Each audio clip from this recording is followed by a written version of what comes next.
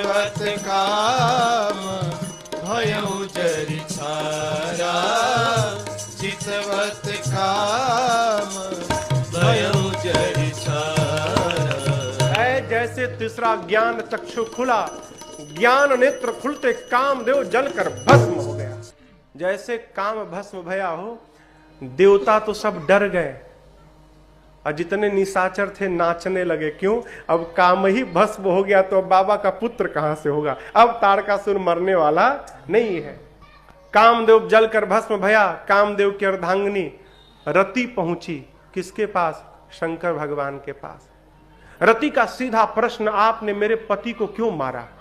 बाबा ने कहा, जो राम को हटाकर काम का प्रवेश कराए उसकी हत्या करना ही उचित दंड है, इस कारण मारा तुम्हारे पति को। रति ने कहा, बाबा लेकिन मेरा पति तो आपका हित करने आया था। हित? बोले हां, आपने राम जी को वचन दिया कि आप विवाह करेंगे और वचन देके आप समाधि में बैठ गए। मेरा पति आपको आपका वचन याद दिलाने आया था और आपने मेरे पति को मार दिया। बाबा ने कहा, चलो कोई बात नहीं, अब ते रति तव नाथ कर होई नाम अनंग, बिनु बपु व्यापी सबहि पुनि सुनु निज मिलन प्रसंग। आज के बाद तुम्हारे पति का नाम अनंग होगा। अनंग मतलब बिना शरीर का।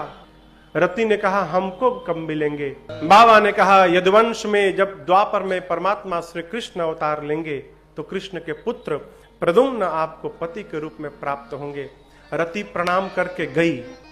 रति के जाने के बाद सारे देवता छिपे थे, सब दौड़ कर आए बाबा के पास। क्यों? जल्दी चलो, कहीं फिर से समाधि में चले गए तो हो गया फिर काम। आए दौड़कर, और देखिए आए हैं एक साथ, आए हैं एक साथ, लेकिन भाषा अलग अलग आए हैं। देवताओं ने बाबा की स्तुति की, प्रशंसा की। भय प्रसन्न चंद्र अवतंसा, बाबा प्रसन्न हो गए। कहे, कहिए क्यों आए हैं? कहु अमर, आप लोग अमर है, अमर आए के ही हेतु क्यों आए हैं? कहिए। ब्रह्मा जी इंद्र को बोले, बोलो बोलो बोलो, पूछ रहे हैं बोलो। इंद्र बोले, हम नहीं बोलेंगे। अरे क्यों नहीं बोलोगे भाई?